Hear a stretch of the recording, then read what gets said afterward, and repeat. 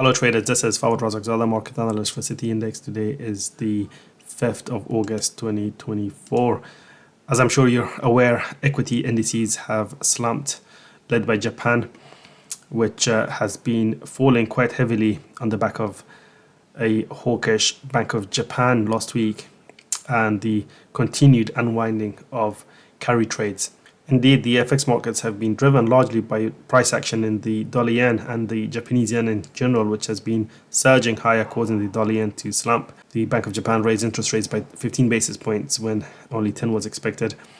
And meanwhile, we've had some really weak US economic data, which has raised concerns that the world's largest economy is potentially heading into a recession. Hence, we've seen yields drop across the curve. The next key level to watch on the dollar yen is the December low at 140.25, and we're not very far from there, but it has bounced off the lows following a slightly better than expected ISMP MI reading, which came in at 51.4 compared to 51.1 expected, and more to the point, the employment subcomponent was slightly stronger than expected, which has helped to ease concerns about the employment situation after the non-farm payrolls report came out weaker than expected last week. Looking ahead to the rest of the week, we don't have any major economic news from the US scheduled for release, but we do have the RBA rate decision coming up in the early hours of Tuesday.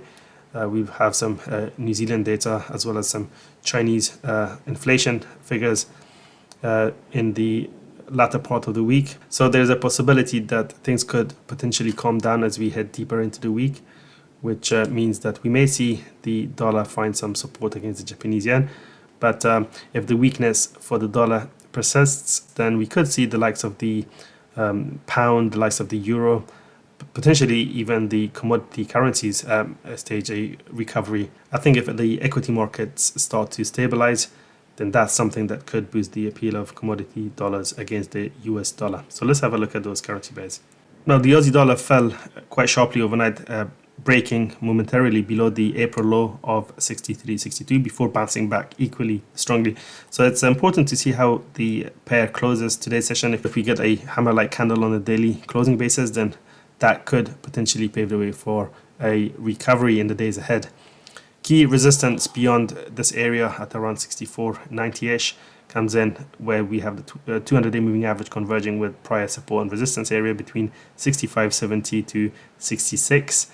The shaded area.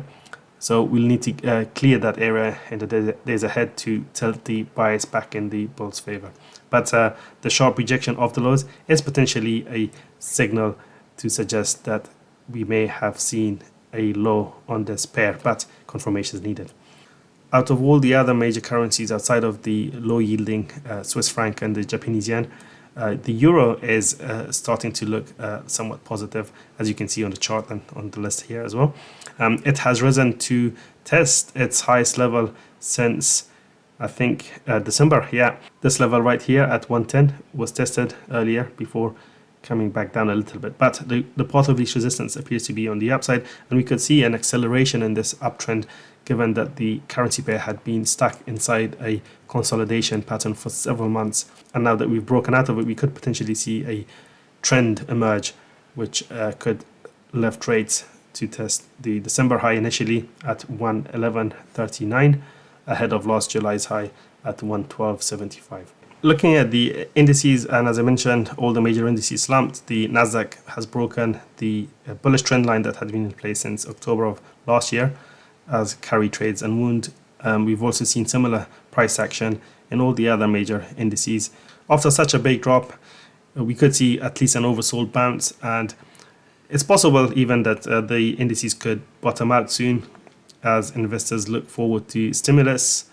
Otherwise, indices that had not benefited much from carry trades or didn't have too many technology stocks in them, for example, the UK 100 index, or the FTSE 100, I should say. These are some of the indices that could potentially start a recovery soon. So watch out for a potential bottoming pattern to form as the index is now testing or actually breaking prior support and resistance at around 80.45.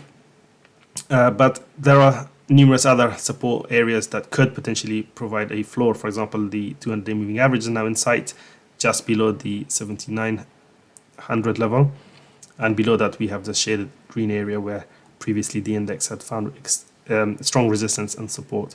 But should we get a nice close above this low that was hit in July at 80.55 today, or otherwise we see a nice move back above this area in the days ahead, I think that could be the signal that the bulls would be looking for. So keep an eye on the FTSE 100. Now, for more market insights, make sure to check out the news and analysis section at cityindex.com. I'll see you in the next video.